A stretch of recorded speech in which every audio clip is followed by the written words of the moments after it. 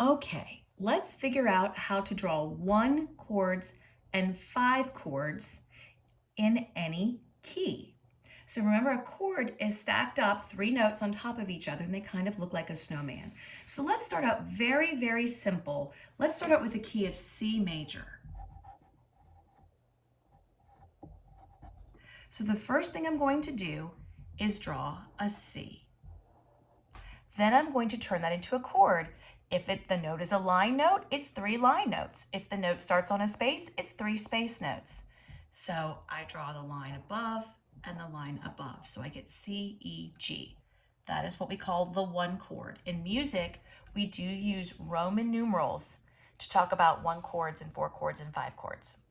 Now, in order to do the 5 chord, you're going to find the 5th note of the C scale. So if you count C, D, E, F, G. So at the bottom of the 5 chord happens to be the top of the 1 chord. So I'm going to draw that G because it is the 5th note of the scale. And now I'm going to turn it into a chord by drawing 3 line notes. Now, there's one more step after you've drawn all the notes in. Just like when you draw a scale, we're going to go and check our chart to see if we need to add any sharps or flats. So when I come over here to C major, I notice that C major has 0 sharps, 0 flats. So we are done with this one. Okay, let's try another one.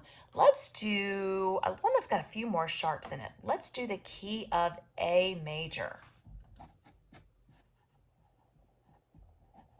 And I'm always looking to find the lowest note to start on. So we're going to draw the 1 chord and the 5 chord. So if it's an A major, we have to find an A. So now the A is a space note. So then the rest of my chord are also space notes. Then remember, we start on the 5th note of the scale. A, B, C, D, E. And I'm going to redraw the E. And actually, I'm going to erase this because I'm going to go up here. E, G, B. Okay, now that's step 1. We have the notes written, but we might need some sharps. So let's come back over to our order of sharps chart and we see that the key of A has 3 sharps. Now, just because it has 3 sharps does not mean all of the sharps will necessarily be in the chords. In the scale, yes, but in the chords, not always. So means we need to look for F, C, and G sharp. So let's go through these notes.